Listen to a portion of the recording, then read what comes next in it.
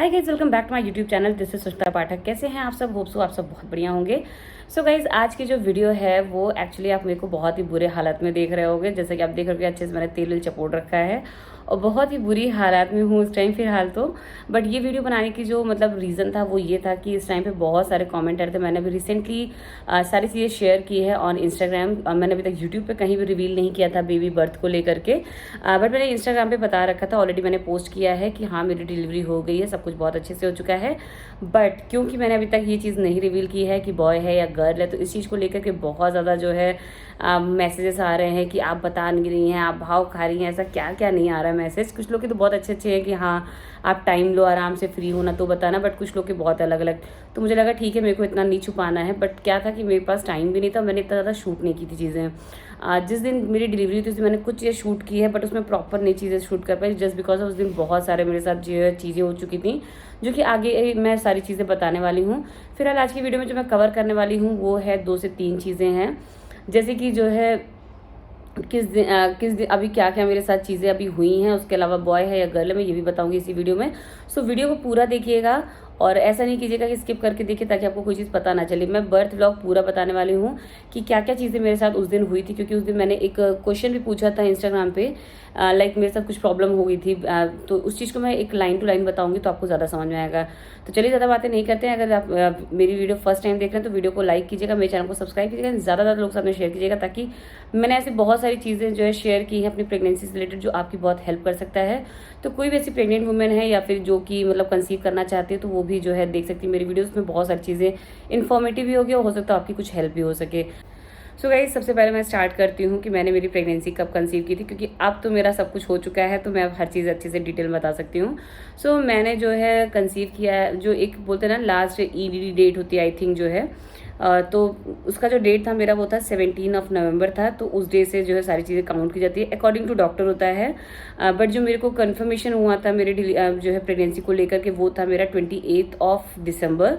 उस दिन मेरे को कंफर्म हो गया था। डॉक्टर के पास मैं गई थी उस दिन, सारी चीज़ें एकदम परफेक्ट थी। 6 वीक्स निकल चुके थे, बेबी की जो है हार्ट बीट आ चुकी थी। एंड उसके बाद जो है मैंने जो अपने घर वालों को सब कुछ अनाउंस किया था वो था 1 जनवरी, बिकॉज उस दिन था न्यू ईयर। तो मुझे था कि सबको कुछ अच्छा अच्छा बताते हैं, कुछ अच्छी से शुरुआत करते हैं साल की। सो बस मैंने घर पे भी सबको बताया और उसके बाद मेरा एक सफ़र स्टार्ट हो गया 9 मंथ का।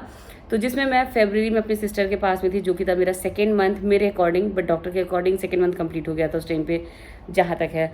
तो मैं 15 दिन के लिए अपनी सिस्टर के पास में गई थी ताकि मैं थोड़ा सा रिलैक्स कर सकूँ। फिर उसके बाद मैंने अपना पूरा टाइम अपने हस्बैंड के साथ में धानों में बिताया। फिर वहाँ पे बहुत अच्छी सारी चीज़ें की, जो भी खाना पीना था वो भी बहुत परफेक्ट किया।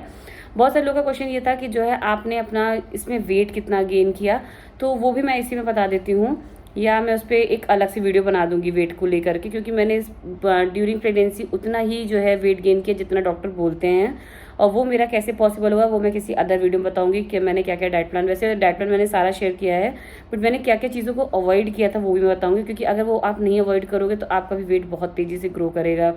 सो काफ़ी चीज़ें मैंने रोकी। हाँ, पहले नहीं रोक पाई जब मेरा जो है अचानक से 20-25 किलो बढ़ा, क्योंकि वो जो है कुछ रीजंस थे, थायराइड पीसीओडी उसकी वजह से, तो वो मेरे हाथ में नहीं था। बट जो चीज़ें मेरे हाथ में थी वो मैंने प्रॉपर किया। 9 मंथ में मैंने उतना ही वेट गेन किया है जितना ज़रूरी होता है। और थैंकफुली मेरा बेबी भी जो है वेट वाइज एकदम परफेक्ट रहा है, कोई कमी नहीं, कुछ भी नहीं हुआ। सो मैं आ गई थी 7 मंथ मेरा जब एकदम कंप्लीट होने पे था, तो मेरी जो है गोद भराई हुई। देन मैं आ गई थी गोरखपुर। एंड वहाँ यहाँ पे मैंने जो है नए डॉक्टर को दिखाया। जो फर्स्ट डॉक्टर थी मेरी वो थी डॉक्टर अदिति ननकर्णी, जो कि मैंने वापी में दिखाया था, वापी मुंबई में। बहुत सारे लोगों ने फिर से पूछा था, मैं फिर से बताती हूँ कि मेरा जो ट्रीटमेंट स्टार्ट हुआ था वो वहाँ पे हुआ था। बट थैंकफुली मेरे को ट्रीटमेंट ज़्यादा दिन कंटिन्यू नहीं करना पड़ा। जस्ट मैं गई थी एंड मैंने उसके बाद तुरंत कंसीव कर लिया, तो मेरा ट्रीटमेंट हुआ ही नहीं। बट मैं ये बोलूँगी कि अगर आप बहुत टाइम से परेशान हो तो हाँ, वो डॉक्टर को मैं बिल्कुल बोलूँगी कि आप जा सकते हो उनके पास में, क्योंकि मैंने बहुत ही पॉजिटिव रिस्पॉन्स देखा उनके लिए। सो नेक्स्ट जो मैं यहाँ पर आई, तो मैंने यहाँ पे डॉक्टर जो है गोरखपुर में जो है हॉस्पिटल जो हमने चूज़ किया वो था फातिमा, और उसमें जो डॉक्टर थी वो थी ममता शुक्ला। उनको हमने प्रेफर किया क्योंकि हमने रिसेंटली किसी का केस देखा था अपने घर में जो कि बहुत ही बुरा हाल था, बट उसको उन्होंने बहुत अच्छे से हैंडल किया। तो हम लोग ये सब चीज़ें देख करके उनको चूज़ किए थे। एंड थैंकफुली उनसे भी जो भी सारी चीज़ें हुई अच्छी हुई। तो अभी बताती हूँ कि प्रॉब्लम कहाँ से स्टार्ट हुआ। जो मेरी जो डॉक्टर ने जो एक मुझे दी हुई थी कि जो है ड्यू डेट बोलते हैं जिसे, वो थी मेरी 24 ऑफ अगस्त, मतलब कि 24 अगस्त तक मेरा जो है ड्यू डेट दिया गया था। जैसे कि बोलते हैं कि 10 दिन आगे बढ़ा करके देते हैं, तो वो था मेरा डेट। बट जो मेरी डिलीवरी हुई है वो हुई है 11 ऑफ अगस्त, और जो मैंने डिक्लेयर किया है वो आई थिंक 7th डे पे या 6th डे, जिस दिन मेरी छठी थी उस दिन मैंने जो है डिक्लेयर किया है। बिकॉज बहुत सारी प्रॉब्लम्स हो गई थी उस टाइम पे। अभी मैं बताती हूँ, जो मैंने अपना लास्ट अल्ट्रासाउंड करवाया था वो करवाया था मैंने, I think ultrasound and blood test दोनों करवाया था, वो मैंने करवाया था 5 ऑफ अगस्त को करवाया था मैंने। और देन मैं डॉक्टर को दिखाई तो उसमें आई डोंट नो क्यों उसमें ये लिख करके नहीं आया था कि बच्चे के गले में कोई नाल वगैरह फंसी हुई है। तो डॉक्टर ने फिर से मुझे बोला कि आप 10th को फिर से करवा के आओ, देन हम डिसाइड करेंगे कि हमें क्या करना है। और मैंने डॉक्टर को पहले ही पूछ लिया था कि लाइक मेरे को जो है नॉर्मल डिलीवरी चाहिए, अभी आप चाहे इंड्यूस करके करो चाहे जैसे करो, मैं पेन बियर करने के लिए तैयार हूँ। बिकॉज एक होता है ना, मेंटली मैं स्टार्टिंग से तैयार थी उस चीज़ के लिए, और थोड़ा बहुत जो भी अपनी वेट को भी कंट्रोल में किया, थोड़ा बहुत जो भी पेल्विक मसल की एक्सरसाइज होती है वो किया। हाँ, वॉक उतना नहीं कर पाई थी, थोड़ा प्रॉब्लम हो गई थी बिकॉज यहाँ पे बारिश होना, फिर बहुत सारी दिक्कतें हो गई। फिर भी मैंने लास्ट टाइम पे जो है पार्क में जाकर के थोड़ा बहुत जो भी मैं कर पाई वो मैंने करने की कोशिश की। एंड तक मतलब सब कुछ बहुत अच्छा था, मेरे को कोई वैसा वाला पेन नहीं होता जैसे मैं सुनती हूँ लोगों को पेल्विक मसल में बहुत पेन होता है। थैंकफुली मुझे उतना पेन नहीं था बिकॉज मैं अपनी एक्सरसाइज रोज़ कर रही थी, 2-2 घंटे 200 पूरे काउंट करके। बहुत सारी जो है ऐसी स्ट्रेचिंग एक्सरसाइज थी जो कि मैं कर रही थी, मॉर्निंग में उठते पहले मैं ये काम करती थी। सो इस हर चीज़ फॉलो करने के बाद जब मैं 10th को गई हूँ और जब मैंने अपना वहाँ पे अल्ट्रासाउंड करवाया लास्ट, जो है जहाँ पे डॉक्टर ने बताया था, तो उसमें जो मेरा एमनियोटिक फ्लूइड था यानी AFI जो होता है वो मेरा 6 लिख करके आ रहा है। जनरली आपका 10 के ऊपर होता है तो उसको जो है एडिक्वेट बोला जाता है। मेरी पूरी 9 मंथ की प्रेगनेंसी में हर जगह वो एडिक्वेट परफेक्ट ऐसा ही लिख के आया है, कभी भी कम नहीं लिख के आया। बट उस दिन जब मेरा हुआ, आई डोंट नो, शायद मैंने उस दिन पानी बहुत कम पिया या क्या हुआ, या बहुत लोग बोलते हैं कि ऐसा लास्ट टाइम पे हो भी जाता है, तो मुझे रीज़न नहीं पता है। बट पता नहीं कि मेरे मन में ऐसा आ रहा है, शायद मैंने उस दिन अच्छे से पानी नहीं पिया था। एक दिन पहले ऐसा कुछ हुआ था कि मेरी तबीयत नहीं सही, मैं भूल भी जा रही थी पानी पीना। तो मुझे वो भी अभी थोड़ा गिल्ट है कि शायद हो सकता है उसकी वजह से ऐसा हुआ हो, अभी बता नहीं सकते कि क्यों हुआ है। बट ऐसा होता है जनरली कि अचानक से आपका AFI जो है 10 के बहुत ऊपर होता है और अचानक से 2 पे भी आ सकता है। तो ये किसी के साथ कभी भी हो सकता है, इसका कोई रीज़न कोई नहीं बता सकता है। तो जब मैं अपने डॉक्टर को उसी दिन दिखाने गई तो फिर पता चला कि 6 मतलब होता है बॉर्डर लाइन होती है, और 5 से नीचे जो होता है वो रिस्क प्रेगनेंसी होती है। तो उसमें तो तुरंत के तुरंत आपको ऑपरेट करना होता है, क्योंकि ऐसे केस में क्या होता है कि वाटर ब्रेक हो जाएगा या फिर वो पानी एकदम खत्म हो जाएगा तो बेबी क्या होता है पॉटी कर देता है, और फिर उसको जब वही गंदा पानी को पी लेता है तो उसी से जो है सारी चीज़ें ख़राब हो जाती हैं। तो जब मुझे डिसीजन ये लेना था कि जो है मुझे किस दिन जो है अपनी डिलीवरी करवानी है, क्योंकि मेरे में नॉर्मल केस नहीं हो सकता था जस्ट बिकॉज ऑफ कि मेरे को जो है नॉर्मल जो है पेन आ ही नहीं रहते। तो मेरे पास जो 2 ऑप्शन था वो था, एक तो C-सेक्शन करवाना, दूसरा था कि पेन इंड्यूस करवाना एंड देन डिलीवरी करवाना। पेन इंड्यूस के लिए मैंने डॉक्टर से पूछा तो मेरे डॉक्टर ने कभी भी स्टार्टिंग से प्रेफर नहीं किया, और सही बताऊं तो बहुत ज़्यादा मतलब उन्होंने प्रैक्टिकली उतना बोला भी नहीं कि हाँ नहीं नॉर्मल करते हैं, क्योंकि हो सकता है उनको नहीं दिख रहा हो चांसेस। बट मुझे ये था कि हाँ एक ट्राई मुझे करना है, घर में भी सबको था कि नहीं एक ट्रायल करते हैं, क्योंकि सबको पता C-सेक्शन के बाद में तुरंत तो कोई दिक्कत नहीं होती, जो बाद में होती है ना 3 मंथ जो लग जाते हैं सिर्फ और सिर्फ अंदर से टाँके को सूखने में, वो बहुत बड़ी चीज़ होती है और वो लोग बचा नहीं पाते और सबके साथ में दिक्कत होती है। सो इस सब चीज़ों को ना मैं सोच के यही बस चाहती थी कि एक बार मेरा नॉर्मल हो जाए तो मैं फ्री हो जाऊँ इन सब चीज़ों से। देन मैंने 3 से 4 डॉक्टर को कंसल्ट किया, किसी कोई अपने जानने में, कभी कहीं पे 3 से 4 लोगों से जब डिस्कस किया तो किसी ने बोला कि आप ट्राई कर सकते हो, किसी ने बोला कि मत करो ट्राई, क्यों झूठ में बच्चे को भी परेशान करना। तो ऐसे कई सबके सजेशन सुनने के बाद में रातों रात मुझे सारा डिसीजन लेना था। फिर हम रात को मैंने पूरे रात मैंने सिर्फ और सिर्फ वीडियोज़ देखी हैं, लोग रिलैक्स करते हैं, और मैंने पूरी रात सिर्फ और सिर्फ क्या वीडियो देखी है कि मुझे सिजेरियन में क्या होती है प्रॉब्लम, कैसे क्या, मैंने बहुत प्रिपेयर किया अपने आप को। एंड मॉर्निंग तक मैंने डिसीजन लिया कि नहीं मुझे सिजेरियन करवाना है। बिकॉज क्या था कि जो है मेरा 6 पे था। वैसे एक चीज़ मुझे अब थोड़ा फील होती है कि काफ़ी लोगों का वाटर ब्रेक होता है एंड उसके बाद उनको जो है पेन इंड्यूस किया जाता है और उनका नॉर्मल डिलीवरी होता है। ये मैंने बहुत केसेस देखे हैं। तो मेरे केस में तो वाटर ब्रेक हुआ भी नहीं था, वाटर था ऑलरेडी, और उस केस में तो इतना बड़ा रिस्क नहीं भी था। बट क्योंकि मेरे डॉक्टर इतने कॉन्फिडेंस से नहीं बोले थे तो कहीं ना कहीं मेरे अंदर भी उतना हिम्मत नहीं आ रही थी करने को। फिर मैंने सुबह सुबह जो है 8 बजे डिसीजन लिया। मैंने अपने डॉक्टर को, जो वापी डॉक्टर थे, उनको मैंने फ़ोन किया एंड थैंकफुली मैम ने मुझे डिसीजन लेने में थोड़ी हेल्प भी की। तो उन्होंने बोला भी कि बेटा देखो मेरे को कंडीशन नहीं पता अभी आपकी रियलिटी क्या चल रही है, वहाँ पे क्या कंडीशन है, वहाँ पे डॉक्टर्स का क्या है, तो मुझे कुछ भी नहीं पता। तो मैं यही बोलूँगी जो आपके डॉक्टर उस टाइम पे कह रहे हो आप वो मानो, क्योंकि अभी कोई चीज़ हो जाए रिस्क तो फिर बेबी बहुत अच्छे से सब कुछ 9 मंथ गया, फिर आपके लिए वो बहुत बड़ा लॉस हो जाएगा। तो ये सब सोच के मैं भी थोड़ा डर गई थी। हाँ, शायद हिम्मत करती तो हो सकता है हो भी जाता है, क्योंकि मैंने देखा है जिनका वाटर ब्रेक होता है, जिनके पास बिल्कुल पानी नहीं रहता है, वो उनका भी नॉर्मल डिलीवरी हुआ। और मैंने जब डाला स्टेटस वगैरह इंस्टाग्राम पे, तो बहुत सारे लोगों ने अपना एक्सपीरियंस ये डाला है कि हाँ, हमारा भी इतना था और हमने जो है नॉर्मल डिलीवरी किया है।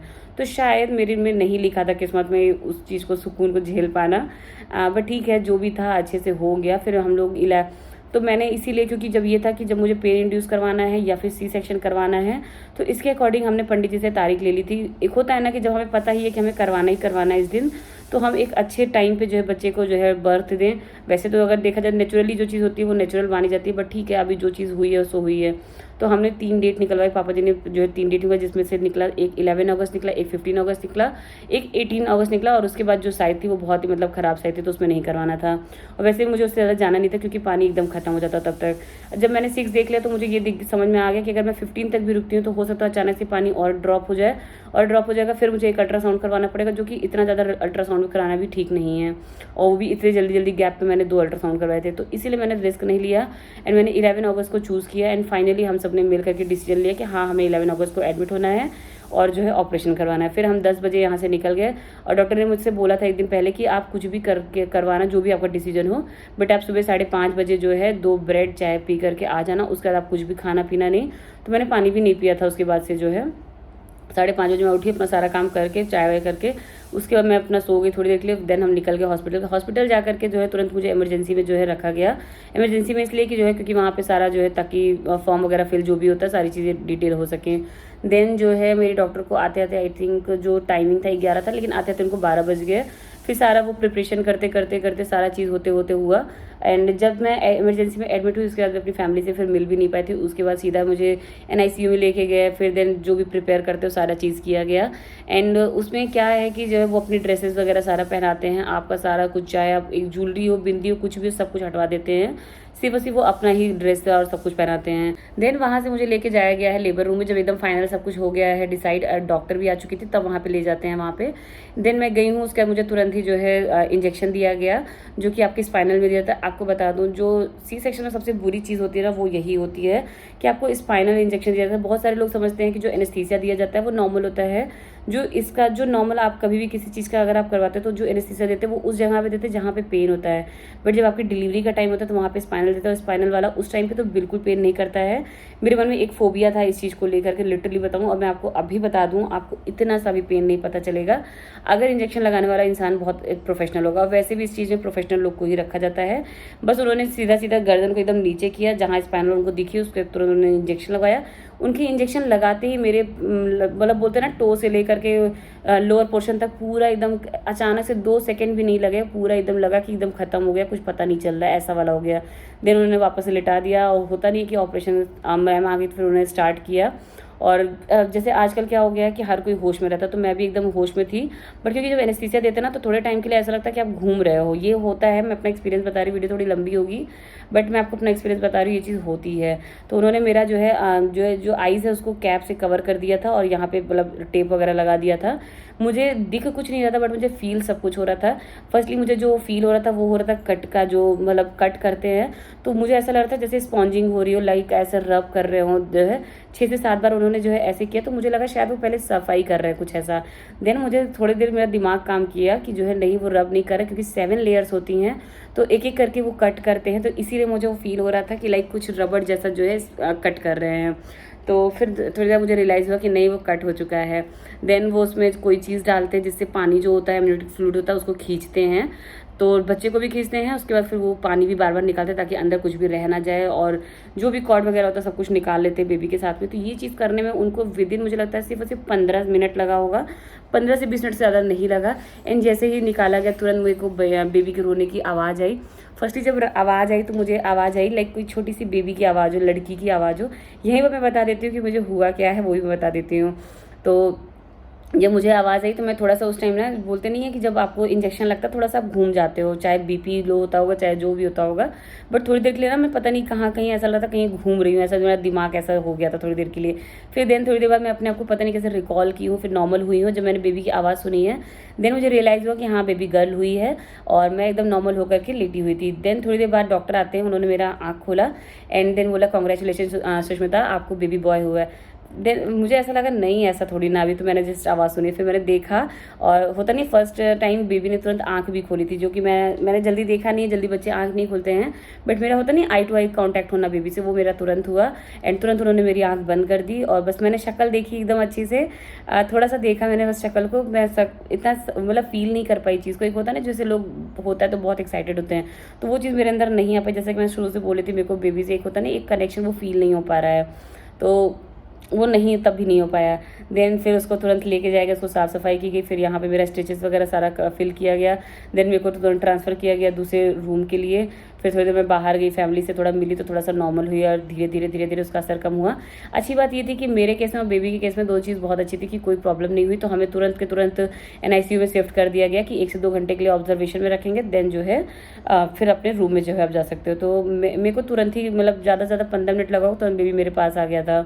तो उसकी मैं क्लिप भी लगा दूंगी, जो है आई थिंक यहाँ नहीं लगाऊंगी, इसके ब्लॉग में आपको देखने को मिलेगा। उसमें बेबी का फेस भी रिवील कर दूंगी। मैं इतना मेरे को छुपाने का कोई शौक नहीं है, बस इतना था कि हाँ 12 डे थोड़ा सा निकल जाए तो फिर देखा जाए। तो और आज है 21 और कल हो जाएगा 12 दिन वैसे भी, तो फिर मैं उसके बाद फेस रिवील कर दूंगी। तो इतनी सी कहानी थी। इसके बाद यहाँ पे तुरंत बेबी को मेरे को दिया गया और बोला जाता है ना कि फर्स्ट डे आपको बेबी को फीड कराना होता है, तो आपके लिए बहुत ही ज़्यादा वो चैलेंजिंग होता है, बिकॉज कई लोग को जो है मिल्क नहीं प्रोड्यूस होता है, कई लोग को होता है तो वो अच्छे से मतलब सक नहीं कर पाता बच्चा, क्योंकि बहुत छोटा होता है वो। तो ये सारी प्रॉब्लम्स थोड़ी सी मुझे हुई, बट थैंकफुली जो मिल्क की प्रॉब्लम थी वो नहीं हुई। और जो बोलते हैं ना फर्स्ट डे का जो मिल्क होता है बेबी के लिए बहुत इंपॉर्टेंट होता है, तो मुझे इस चीज़ के लिए बहुत खुशी है कि वो चीज़ मेरा जो है कोई दिक्कत नहीं हुआ। देन मुझे फिर रूम में जो है ट्रांसफ़र किया गया, फिर बच्चे को भी ट्रांसफ़र किया, सब कुछ बहुत अच्छे से जा रहा था। और सेकेंड डे जो है थोड़ी सी प्रॉब्लम हुई, लाइक मिल्क प्रोडक्शन में दिक्कत हुई, क्योंकि कुछ भी खाया पिया नहीं था। जो मैंने खाया था वो जो है 11 को जो है सुबह आई थिंक 5:30 बजे खाया था। उसके बाद सीधा मैंने 12 को जो है रात में 10 बजे जो है एक घूंट पानी पिया है और थोड़ा सा चाय पिया खाली, और कुछ भी नहीं किया था। देन फिर जो है 13 को जो है सुबह जा करके मेरा ब्रेकफास्ट वगैरह स्टार्ट हुआ, जो कि दलिया से स्टार्ट किया गया था। हॉस्पिटल से जो भी चीज़ें मिलती वो बैक टू बैक जो भी मिल रही थी वो सब खाया गया। एंड उस दिन तो बहुत अच्छे से दिन गया। जो हमारा 4th डे था ना वो बहुत ज़्यादा चैलेंजिंग हो गया। अब मैं आपको इसी में बता देती हूँ कि मेरा 4th डे क्यों चैलेंजिंग हुआ था, क्योंकि जो है बेबी के लिए निकल आया था कि उसको लाइक थोड़ा सा जॉन्डिस है। हुआ भी नहीं था, जस्ट बॉर्डर लाइन थी, वो था आई थिंक 11 पॉइंट समथिंग था। 12 कंफर्म मानते हैं कि पीलिया हो चुका है, और 12 के ऊपर जो होता है उसको मानते हैं बॉर्डर लाइन। तो वो बॉर्डर लाइन थी। पहले डॉक्टर ने बोला कि 2 दिन बाद आप आके दिखा लीजिएगा। देन उन्होंने बोला कि क्यों रिस्क लेने से अच्छा ऑब्जर्वेशन रखते हैं। देन वो 24 आवर्स के लिए उन्होंने बोला ऑब्जर्वेशन में रखने के लिए। पहले तो मुझे नहीं फील हो, जैसे कि मैंने पहले बताया कि मेरे को इतना कनेक्शन नहीं फील हो रहा था, बट जैसे ही उन्होंने बोला ना कि जो है उसको लेके जाना है, उसके बाद जो मेरी हालत ख़राब हुई, सब एकदम परेशान हो गए। बहुत खुश थे हम सब, लेकिन वही होता ना कि मतलब जब ऐसी सिचुएशन होती है तो हर कोई परेशान होता है। तो बस वही चीज़ मेरे साथ भी हुई, और पूरी रात रोई हूँ मैं, सुबह रोई हूँ। और होता नहीं 16 से 17 बार उसको फीडिंग कराने जाना होता था। जब उसको देखते थे मैं उसमें तड़प रहा हो जैसे लेटा हुआ हो, तो वो सब देख के बहुत ही मतलब बुरा एक्सपीरियंस रहा मेरा। इतना सब कुछ अच्छा होने के बाद लास्ट टाइम पे जब ये चीज़ हुई तो मतलब मैं बिल्कुल हिल गई थी। एंड नेक्स्ट डे मेरे हस्बैंड भी आ गए थे, जिस दिन 5th डे था। मेरी जो मतलब मेरा जो था कि हाँ मेरे को डिस्चार्ज मिल जाता 3rd डे, बट जब बेबी का ये एक्सटेंड हो गया तो फिर 4th डे हमें रुकना पड़ा। और 5th डे हमारा जो है फाइनली हुआ कि हाँ इसका जो मतलब पीलिया है वो कम हो चुका है, 4th पे आ चुका था। और उसके बाद धूप वगैरह दिखा करके सब कुछ नॉर्मल हो जाना था। देन उसी दिन हस्बैंड भी आया, तो फिर जो है उनके लिए बड़ा शॉकिंग हो गया, क्योंकि बहुत मन से आता है इंसान, फर्स्ट टाइम बेबी को देखता है, बट वो जब देखे तो NICU से निकलते हुए देखे तो वो बहुत ही बुरा एक्सपीरियंस था मेरे लिए। और लिटरली मतलब बोलते ना अभी तक का सबसे वर्स्ट डे था। मतलब पहले ही दिन बच्चे को इस तरीके से चीज़ें झेलना पड़ गया, तो वो बहुत बुरा था। बट हाँ ठीक था, हमने जो डिसीजन लिया वो सही लिया, बिकॉज बाद में होने के चांसेस बहुत ज़्यादा थे, क्योंकि पीलिया जो होता है बच्चे को 4 से 7 दिन के अंदर हो ही जाता है।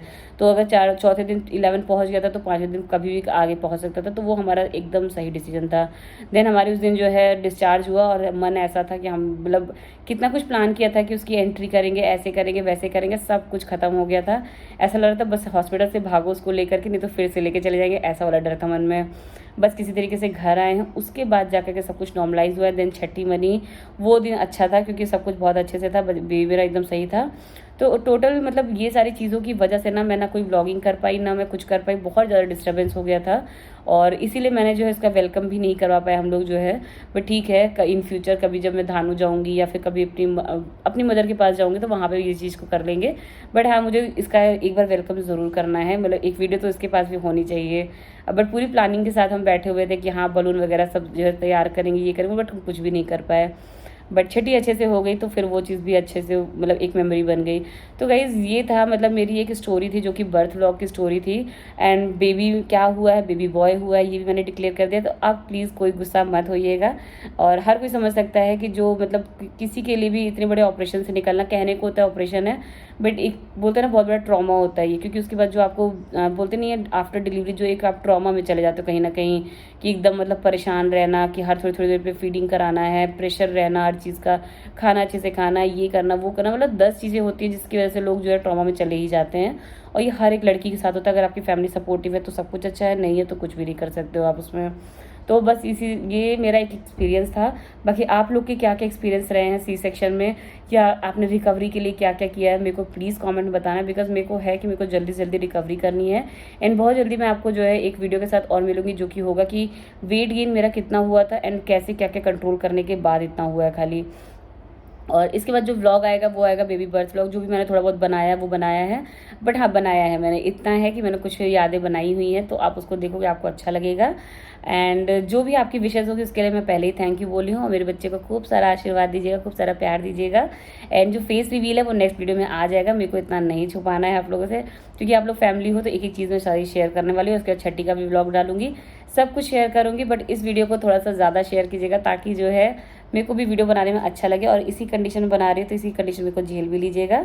तो ओवरऑल यहाँ पे मैं अपनी वीडियो को एंड करती हूँ। वीडियो अगर अच्छी लगी इस वीडियो को लाइक, मेरे चैनल को सब्सक्राइब कीजिएगा। फिर मिलते हैं एक नए वीडियो के साथ, तब तक के लिए बाय बाय।